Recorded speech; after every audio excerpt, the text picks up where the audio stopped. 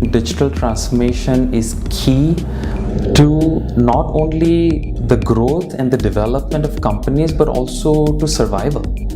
Gone are those days when we could say that digital transformation is going to give us a competitive advantage.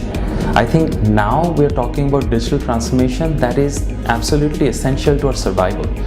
That not only applies to Emcure, that applies to GE, that applies to Vedanta, that applies to SAP and Intel where I used to work before.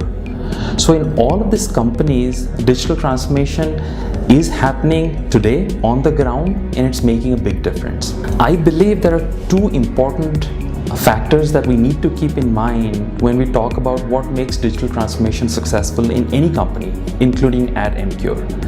Number one is management buy-in, and number two is organizational culture.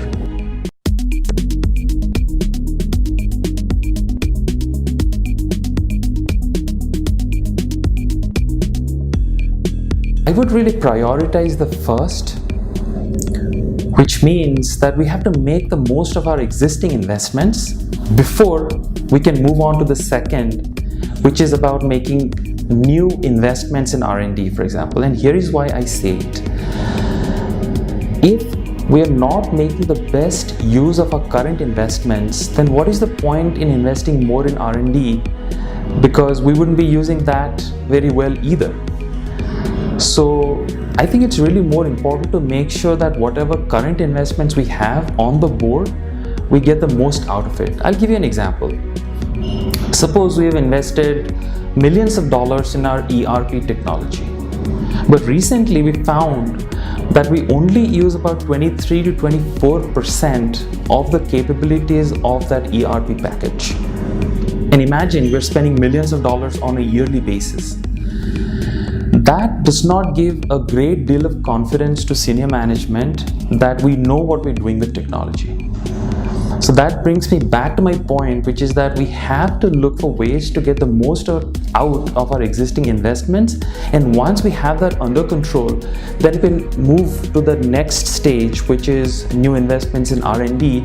And then all of that would make sense. But it has to start with where we are, our current investments, and ways for us to get even more out of what we already have.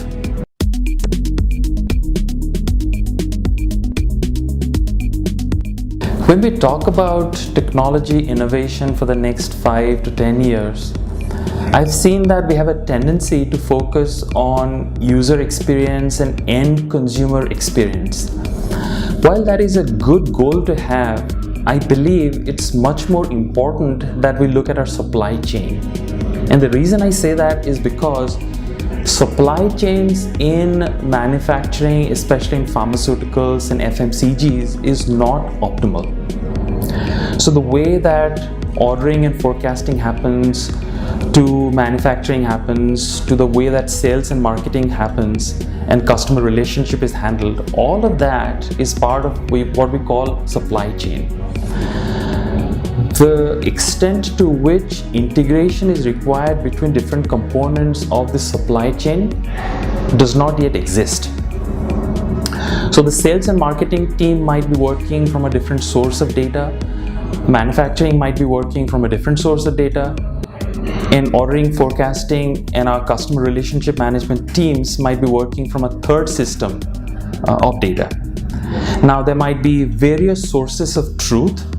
Now what we need to focus on is to get it all into one system. So regardless of which team is looking for the data, they'll have one source of truth. And all of these components have to be integrated. And having worked in aerospace and defense and metals and mining and now in pharmaceutical, I can confidently say that the extent to which the integration exists is pretty low. In some companies we have maybe 30% integration. In some other companies we may have 60 or 70% integration. But in no company I have seen 100% integration. So I think integration between different components of the supply chain is critical. That will make 10, 20, 30% improvement in production and revenue. Now once we get that piece done, then we can come to user experience and ensure that that is improved. But that would basically result in some incremental improvement to revenue and cost. But digital supply chain, I believe, is going to make the biggest difference. For more updates from CXO TV, please like and subscribe to our channel.